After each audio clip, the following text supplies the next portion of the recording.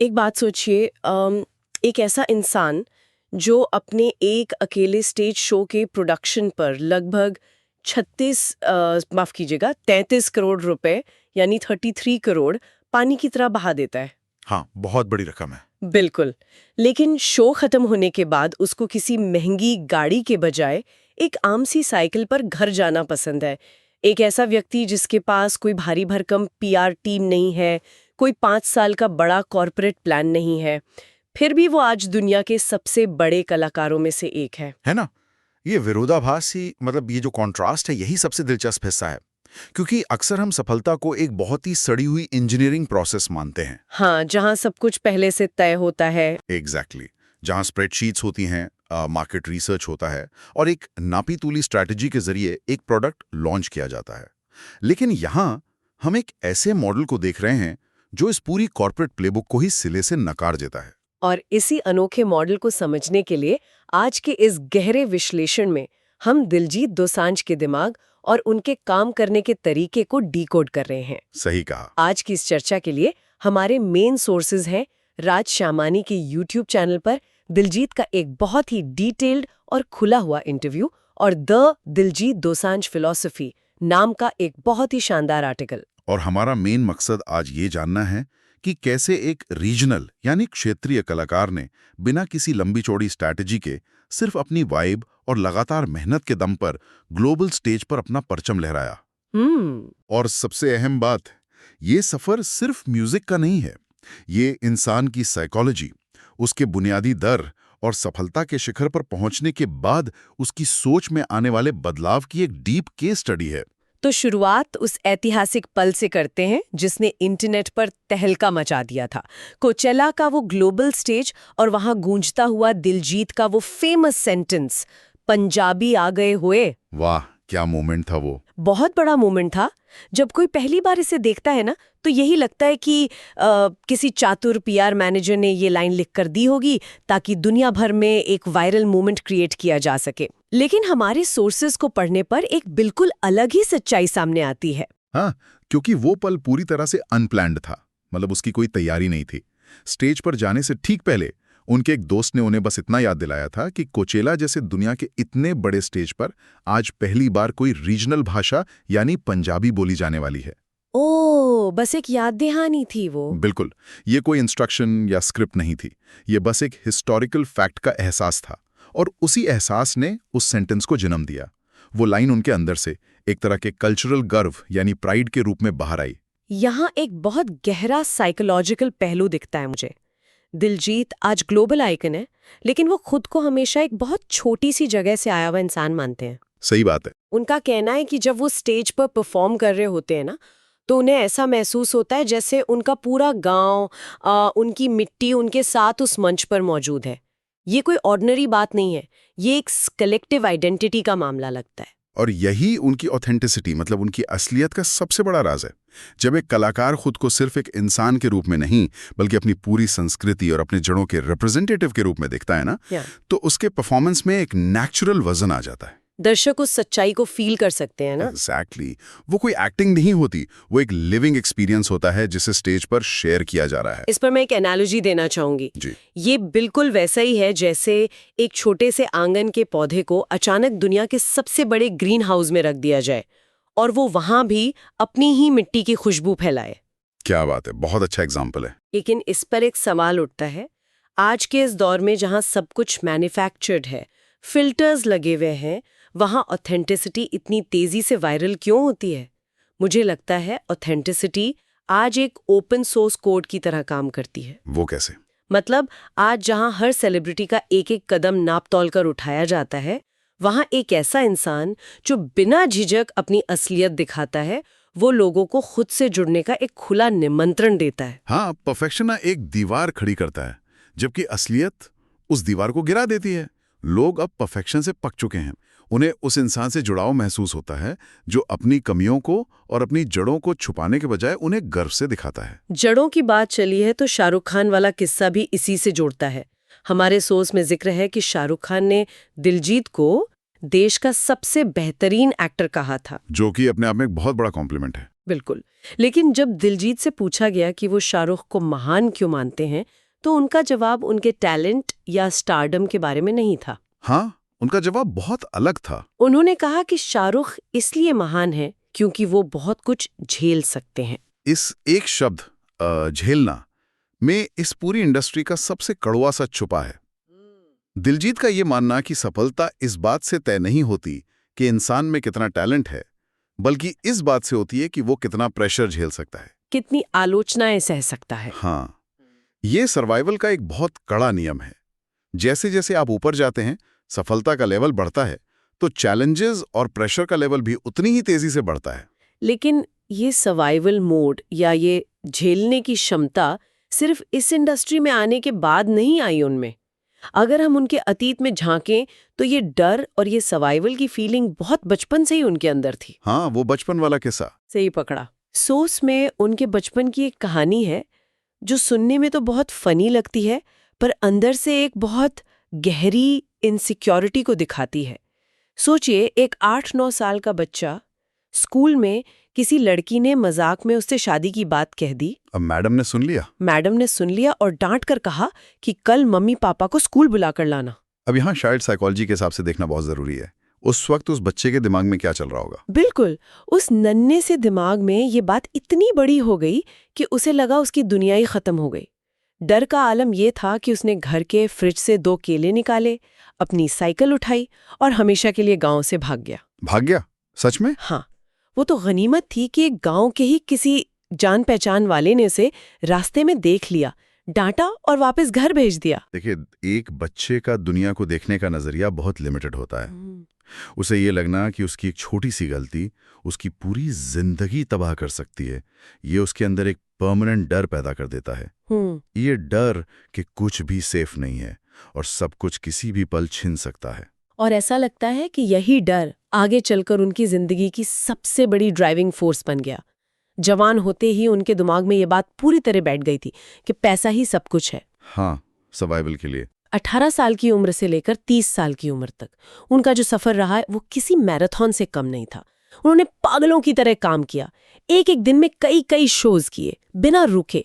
क्योंकि उस दौर में ना वो आर्ट के लिए या कला के लिए काम नहीं कर रहे थे, वो असल में अपने उस बचपन के डर से भाग रहे थे। पैसा नहीं कमा रहे थे, सिक्योरिटी खरीद रहे थे। एग्जैक्टली।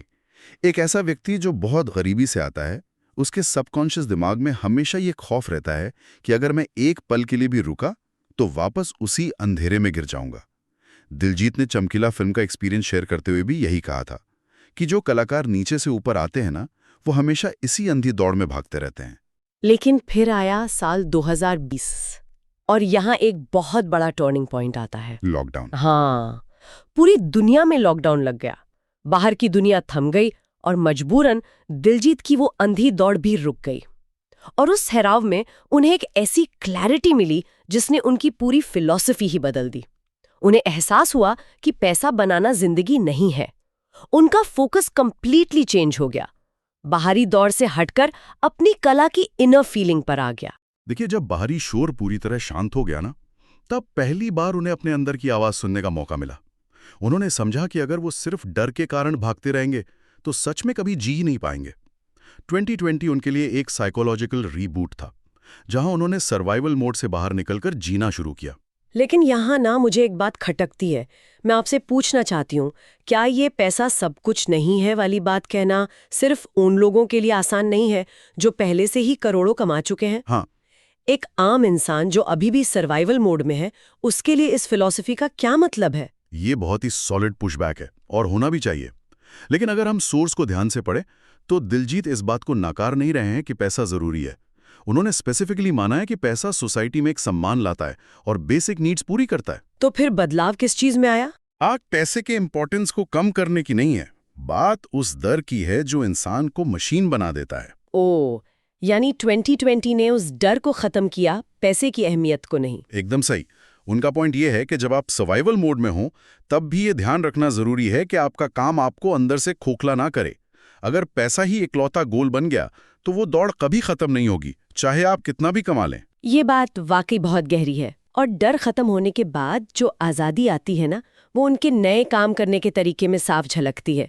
2020 के बाद उन्होंने जो सिस्टम अपनाया वो हैरान करने वाला है। उनकी जीरो स्ट्रैटेजी। हाँ, वो खुलेआम कहते हैं कि मेरी कोई स्ट्रैटेजी है ही नहीं। उनके फैसले किसी बोर्डरूम में नहीं होते, बल्कि सिर्फ एक शब्द पर टिके हैं, वाइब। ये एक ऐसा कॉन्सेप्ट है जो किसी भी MBA करने वाले या मैनेजमेंट गुरु को परेशान कर देगा। कोई मास्टर प्लान नहीं, कोई मीटिंग्स नहीं, बस वाइब मैच कर गई तो काम करना है। इसका सबसे बेस्ट एग्जाम्पल उनका गोट एल्बम है, जिसने दुनिया भर में रिकॉर्ड्स तोड़ दिए। सोर्स में लिखा है कि इस एल्बम की कोई प्लानिंग नहीं थी। करण औजला ने जो इंट्रो लिखा वो सालों पहले 2017 में जी फंक द्वारा भेजी गई एक बीट के साथ ऑटोमेटिकली मैच हो गया। और जब इंटरव्यू में उनसे पूछा गया कि क्या ये सिर्फ एक तुक्का था, तो उनका जवाब बहुत क्लियर था। उन्होंने कहा कि तुक्का जिंदगी में 1 या 2 बार लगता है। अगर कोई चीज आपको बार बार सफलता दिला रही है तो वो तुक्का नहीं, वाइब मैच होना है। लेकिन एक मिनट, सिर्फ वाइब के भरोसे करोड़ों का बिजनेस कैसे चल सकता है? क्या ये सिर्फ एक सर्वाइवरशिप बायस का केस नहीं है कि जो सफल हो गया वो बस हवाई बातें कर रहा है? सुनने में ऐसा लग सकता है, लेकिन अगर हम इसे साइंस और साइकोलॉजी के चश्मे से देखें तो जिसे वो वाइब कह रहे हैं वो कोई जादू नहीं है। वो असल में उनके 22 सालों के स्ट्रगल, एक्सपीरियंस और लगातार काम करने का निचोड़ है। यानी उनका एक्सपीरियंस बोलता है। हाँ, जब इंसान एक ही फील्ड में इतने दशकों तक काम करता है ना, तो उसका सबकॉन्शियस माइंड डेटा का एक ह्यूज भंडार जमा कर लेता है। अच्छा, तो ये बेसिकली सबकॉन्शियस पैटर्न रिकग्निशन है। बिल्कुल वही। जब वो कहते हैं कि बीट सुनकर वाइब आई, तो उनका दिमाग actually fraction of a second में उन 22 सालों के बेस पर कैलकुलेशंस कर रहा होता है और बता देता है कि क्या चलेगा और क्या नहीं। बाहर से वो इंट्यूशन लगता है, पर अंदर से वो एक बहुत सटीक रडार है। और इसी रडार की वजह से वो नए लोगों के साथ काम करना पसंद करते हैं। दिलजीत नए टैलेंट को क्यों ढूंढते हैं? उन्होंने इसका जवाब एक ही शब्द में दिया है, भूख। हाँ, और इसी संदर्भ में राजेंद्र सिंह नाम के एक शख्स का जिक्र आता है। जब दिलजीत नए थे और उन पर कोई पैसा लगाने को तैयार नहीं था, तब राजेंद्र सिंह ने उन पर दांव लगाया। उन्होंने दिलजीत को एक लेसन दिया था, हमेशा उस इंसान के साथ काम करो जो तुम्हारे साथ काम करना चाहता है, ना कि उसके साथ जिसके पीछे तुम्हें भागना पड़े। ये तो जिंदगी के हर हिस्से में अप्लाई होता है। नए लोगों में खुद को साबित करने की जो आग होती है ना, वो बड़ी प्योर होती है। मुझे तो ये किसी सिलिकॉन वैली स्टार्टअप की तरह लगता है, जैसे एक स्मार्ट फाउंडर किसी लेजी कॉर्पोरेट वेटरन को हायर करने के बजाय एक नए जुनूनी लड़के को हायर करता है जिसमें दुनिया बदलने की भूख होती है। एग्जैक्टली। और वही भूख आम चीजों को एक्स्ट्रॉर्डिनरी बना देती है। दिलजीत वही एनर्जी अपनी म्यूजिक में लाना चाहते हैं। अब जब शोज की बात आई है तो इस कहानी का सबसे बड़ा कॉन्ट्रडिक्शन यहाँ आता है। एक तरफ वो कहते हैं उनकी कोई स्ट्रैटेजी नहीं है, दूसरी तरफ उनके लाइव शोज देखिए, दुनिया में सबसे एक्सपेंसिव होते हैं। वैंकूवर वाले शो को ही लीजिए, 55,000 लोगों का स्टेडियम। 55,000 लोग, और उस शो के प्रोडक्शन पर उन्होंने $4.1 मिलियन खर्च किए, यानी लगभग 32-33 करोड़ रुपए। उन्होंने टिकट की पूरी कमाई सिर्फ शो को और ग्रैंड बनाने में लगा दी। ये कोई छोटी बात नहीं है। बिल्कुल नहीं। और मजे की बात यह है कि उन्हें पर्सनल लाइफ में कोई लैम्बोर्गिनी या महंगी गाड़ियां लेने का शौक नहीं है। उन्हें साइकिल चलाना पसंद है क्योंकि उसमें उन्हें आजादी मिलती है।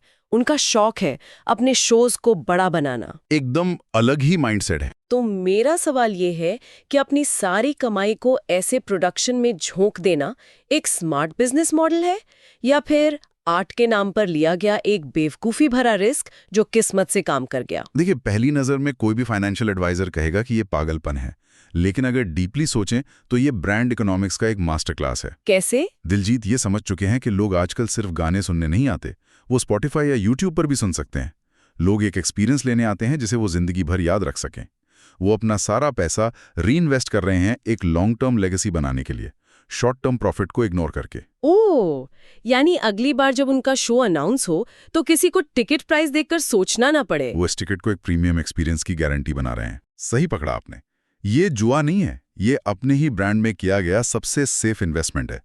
लेकिन ये तभी हो सकता है जब आपको खुद पर पूरा भरोसा हो। और खुद पर यह भरोसा आता है उनके एक और उसूल से, जो है सेल्फ लव। उन्होंने इंटरव्यू में एक्सप्लिसिटली कहा था, I love my self like crazy. मैं खुद से पागलों की तरह प्यार करता हूँ। हाँ, और इसके लिए उन्होंने वो एयरप्लेन वाला एग्जाम्पल दिया था, ऑक्सीजन मास्क वाला। हाँ, फ्लाइट में हमेशा सिखाया जाता है ना कि इमरजेंसी में दूसरों की मदद करने से पहले अपना मास्क खुद पहने। अगर आप खुद ही ऑक्सीजन की कमी से बेहोश हो गए तो दूसरे को क्या बचाएंगे? ये हमारी सोसाइटी की उस पुरानी सोच पर काफी बड़ी चोट है, जहां सिखाया जाता है कि महान इंसान वो है जो खुद को भुलाकर दूसरों के लिए जिए। सैक्रिफाइस को ग्लोरीफाई किया जाता है। बिल्कुल, लेकिन दिलजीत की अप्रोच उल्टी है। उनका मानना है कि अगर आपकी अपनी बॉडी, आपकी मेंटल हेल्थ ठीक नहीं है, तो आप दुनिया को अपना बेस्ट कैसे दे सकते हैं? ये स्वार्थ नहीं है, ये एक ज़रूरत है। और यही सेल्फ लव उन्हें शांत रखता है और बाहरी क्रिटिसिज्म से बचाता है। जब आप अंदर से फुल होते हैं तो बाहर की बातें आपको नहीं तोड़ती। तो अगर हम इन सारी बातों को एक साथ रखें, तो उनकी इस ग्लोबल सक्सेस के 3 मेन पिलर्स दिखते हैं। पहला, उनकी 22 सालों की मेहनत यानी कंसिस्टेंसी, हर दिन दरवाजा खटखटाना। दूसरा पिलर है वो 2020 का मेंटल शिफ्ट, जब उन्होंने डर के आगे घुटने टेकने बंद किए और प्योरली अपने आर्ट पर ध्यान दिया, पैसे की रेस से बाहर आ गए। और तीसरा, अपनी वाइब और इंट्यूशन पर पूरा भरोसा रखना, नए भूखे लोगों के साथ काम करना और खुद पर सबसे ज्यादा इन्वेस्ट करना। ये उन सभी लोगों के लिए बहुत बड़ा लेसन है जो सीखना चाहते हैं। परफेक्शन का वेट मत कीजिए, भूख जिंदा रखिए और सबसे पहले अपने खुद के ऑक्सीजन मास्क का ध्यान रखिए। इस पूरे डीप डाइव को मैं एक ऐसी थॉट के साथ एंड करना चाहूंगी जो मुझे बहुत फैसिनेटिंग लगी। एंड में दिलजीत ने सूफी संतों का हवाला देते हुए कहा था कि असली विजडम या ज्ञान किसी किताब में नहीं होता, वो इंसान के अंदर होता है। वाह! तो ये सोचने वाली बात है कि आज के इस इन्फॉर्मेशन से भरे दौर में, जहां हम हर चीज के लिए पॉडकास्ट और किताबें खंगालते हैं, क्या हम खुद को इतना ज्यादा ओवर एजुकेट तो नहीं कर रहे हैं? एकदम डीप थॉट है ये। क्या हमने खुद को इतना भर लिया है कि हमने अपने अंदर की उस नेचुरल क्रिएटिव वाइब को ही सुनना बंद कर दिया है? इस बारे में सभी को जरूर सोचना चाहिए। और इसी विचार के साथ आज की हमारी ये चर्चा यहीं खत्म होती है। सुनने के लिए शुक्रिया।